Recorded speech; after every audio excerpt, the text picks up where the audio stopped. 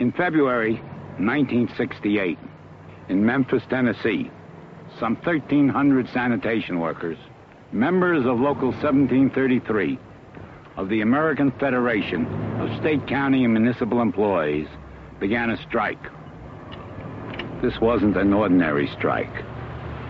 We forged together a coalition of the religious community, the civil rights community, and the labor movement. It was a struggle for freedom, for dignity, for decency, for equality. Back in those days, we had to do this to live. The treatment that we would get. Sometimes I just feel like tears are coming my eyes. And we just got tired. We had meeting and discussed it and said, we're going to do something about it. Said there ain't but one thing to do, is just to make our move. And you know, a man has got to have a strong mind to go out in the street, leave his job, and go out in the street. We felt like we would have to let the city know that because we were sanitation workers, we were human beings. The signs that we were carrying said that I am a man, then we was going to demand to have the same dignity and the same courtesy any other citizen of Memphis has. We are saying that we are determined to be men. We are saying that we are God's children. After a few days, we found that the strike was more than just a recognition and economic strike. It was a social struggle in this society. We talked, they didn't listen. Management and the establishment here wanted no relationship with unions whatsoever. The mayor particularly got completely hung up on this one issue, that he was not going to recognize the existence of public unions. When a public official orders a group of men to get back to work and then we'll talk, and treats them as though they are not men, that's a racist point of view. And no matter how you dress it up in terms of whether or not a union can organize, it's still racism. For at the heart of racism is the idea that a man is not a man. We thought we had reached an understanding during a meeting of the Public Works Committee. The council will meet tomorrow. Committee Chairman Fred Davis gave us a promise. That the council recognize the union and that there'll be some form of dues check-off for the union. We were told to meet with the council. When we got there, one of the most crude charades in the many years I've represented working people took place. When they told me there'd be an honest council meeting today, and you and I would have a chance to talk to this council, I regret I believed them. They lied to me and they lied to you. We decided to march to the Claiborne Temple. And as soon as we got out there, some of the police officers, not all of them, began hassling some of our folks. And I remember intervening and promised them faithfully that these men did not believe in violence, that the union did not believe in violence. We started a march, and we moved down there, and police cars were used to harass us and push us around, and this was a turning point. I don't know who it was. Somebody hollered and said, break it up.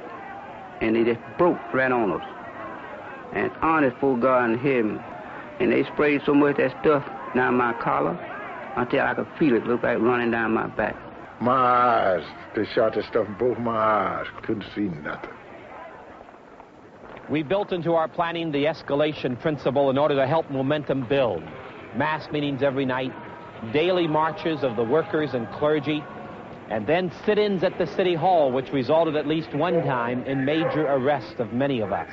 In the meantime, I had been talking with Dr. Martin Luther King about his support and about his coming in order to both identify the struggle with himself and to help the people in the community identify the struggle in terms of a nonviolent campaign. You are demanding that this city will respect the dignity of labor.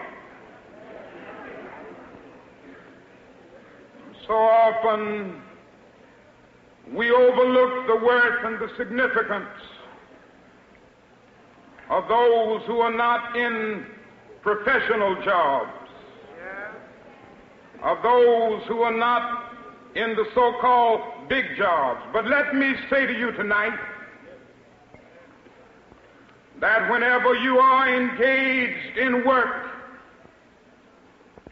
that serves humanity and is for the building of humanity, it has dignity and it has worth.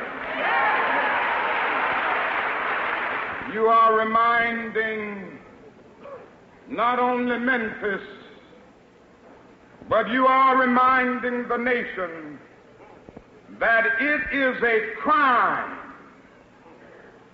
for people to live in this rich nation and receive starvation wages.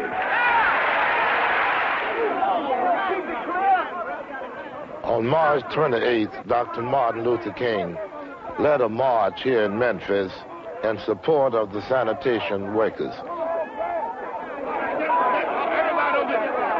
This is one of the few times when his staff did not organize the march.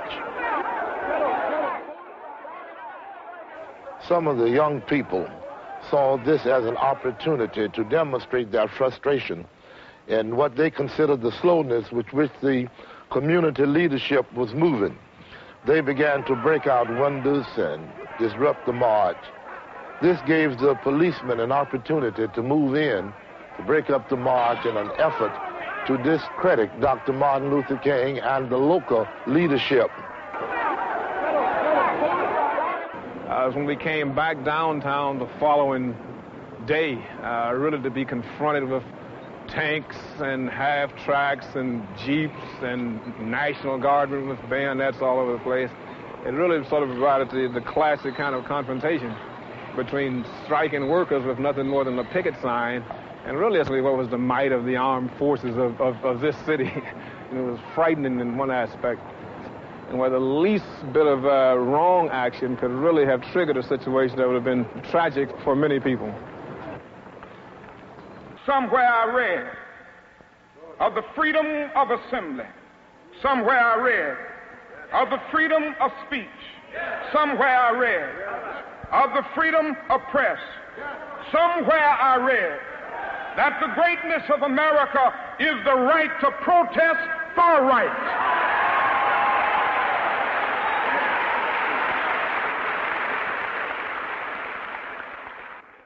At the time that I heard the news of Dr. King's death, we were still struggling to arrive at an acceptable compromise. So many times in issues of this type, a little bit more leadership, a little bit more wisdom, a little bit more vision, and a little bit more flexibility would enable you to deal with a problem. And yet, this time we were not, and we had to have the tragedy to bring us to our senses. The City of Memphis recognizes the American Federation of State, County, and Municipal Employees, AFL-CIO, Local 1733, as a designated representative for certain employees in the Division of Public Works. The day that strike was over, that was the best part of my life. All in favor of recommendation, let it be known by saying aye. And I'm telling you the truth, you talking about a bouquet. They were black, white, they tied up on that stage, hugging and crying and hollering. I win a whole lot in this strike because respect, that's the most important thing. They respect you as a man. You've got some difficult days ahead, but it really doesn't matter with me now because I've been to the mountaintop. I just want to do God's will. And He's allowed me to go up to the mountain. And I've looked over, and I've seen the promised land. I may not get there with you, but I want you to know tonight that we as a people will get to the promised land.